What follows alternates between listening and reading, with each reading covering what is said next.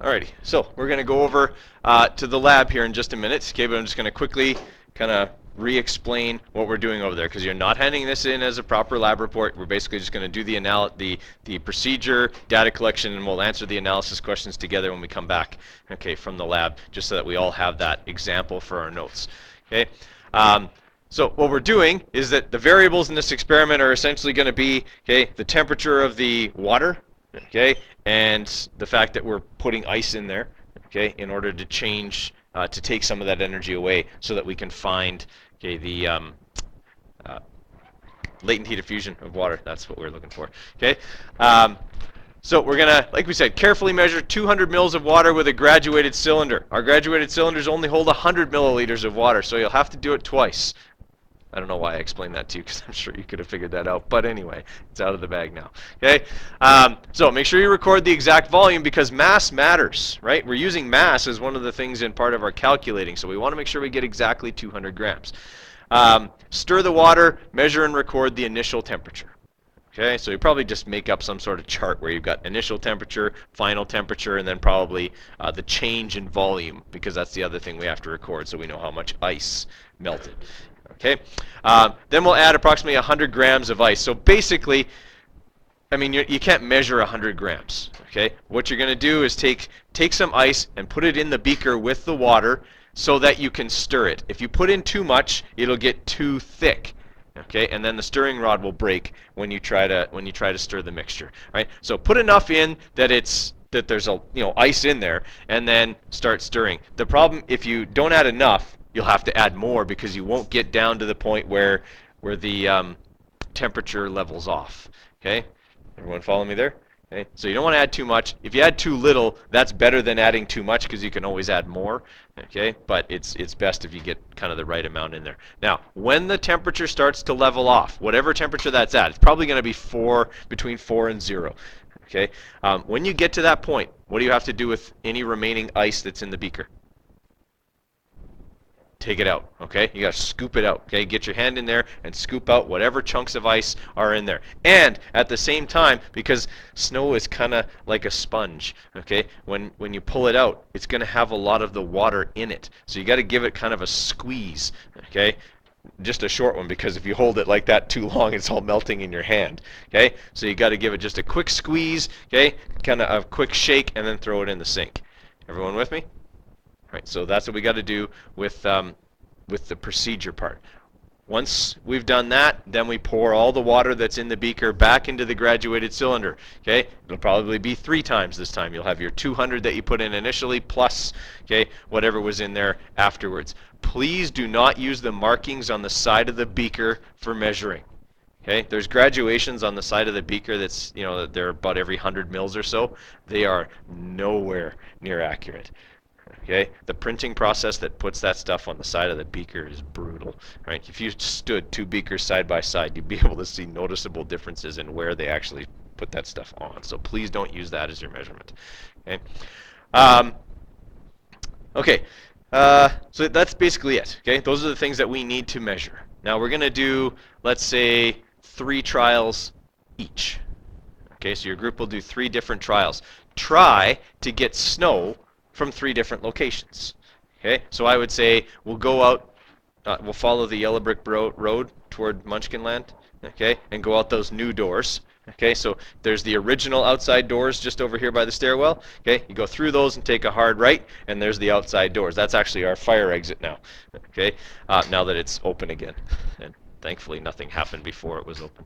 Okay, so we're going to go out those doors, grab a sample there. Maybe go out the doors at the end of the science wing here. Okay, you can grab a sample from out there, and then maybe one out the front doors.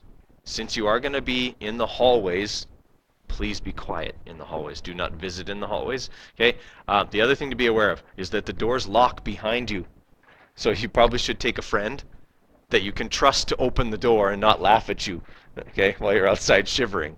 All right, so make sure that you take someone with you to open the door again, okay, when you want to get back in. Okay, but the key thing here, guys, is that we do not want to be disrupting anybody else, okay, in their classes, especially this time of year. Okay, there's exams being written today, okay, things like that, so we want to make sure that we're not disturbing anybody. Everybody got it? Okay, now, the other thing here, The size of the beakers is not listed on here. I would suggest that you probably will want to use at least a 400 ml beaker, probably a 600. Okay, if you use a 250 ml beaker, it's already going to be full by the time you get the water in it. Okay, so that's too small. Okay, so I would say probably use a 600 ml beaker. They're all in the same cupboard. You can just grab the right size. To get the snow, take one of the big 1,000 milliliter beakers. They're on the top shelf.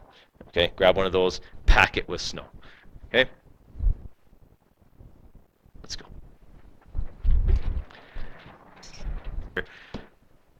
Okay, so here's what you have to do now. Okay, we're essentially looking at steps 1 and step 2 here. We can calculate the amount of energy lost by the water, because it is losing energy to the ice, using E equals mc delta T. Okay, the mass is 200 grams, because that's what we started with for all of the trials. Okay, the mass is 200 grams of water. C is 4.2 joules per gram degree Celsius, and delta T is whatever you recorded the temperature change to be. Okay, so let's just take, Emma, what was your guys' temperature change for your first trial?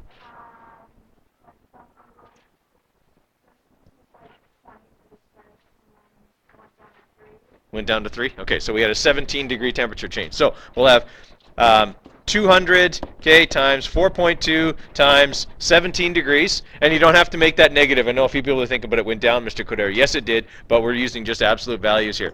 Now, where did that energy go?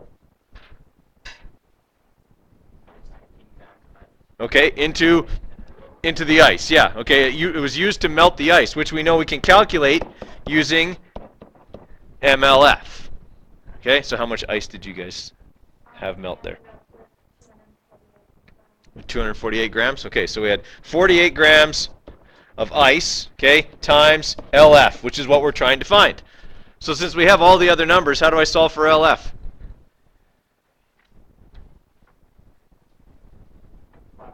Divide both sides by 48. Okay, so you're going to do that for all 3 trials. Let's just see what kind of numbers we get here. Okay, so we're going to go with 200, okay, times 4.2 times 17, okay, and divide that by 48. That's not bad. Okay, 297.5. Okay, usually around between 300 and 360 is what we get for numbers when we do this lab, so that's pretty good.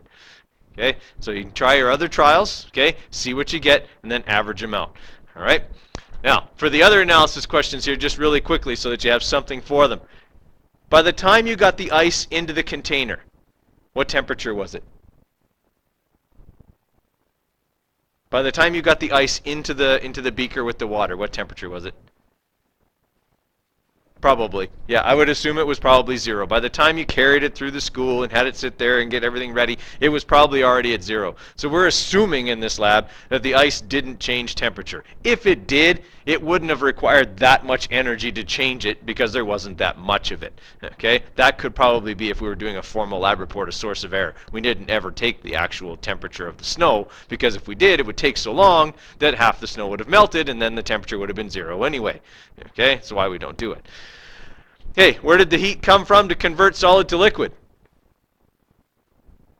From the water. Yeah, the water is what melted the ice. Okay, so it came from the liquid water. Okay, and then number 5, we already did that. Okay, we calculated how much ice was melted, okay, by taking the final volume and subtracting the initial volume. Okay, everybody with me there? All right, quickly do your calculations there for the latent heat of fusion, see what kind of numbers you get. If anyone gets between 325 and 335, let me know, because that's like really, really close. Okay?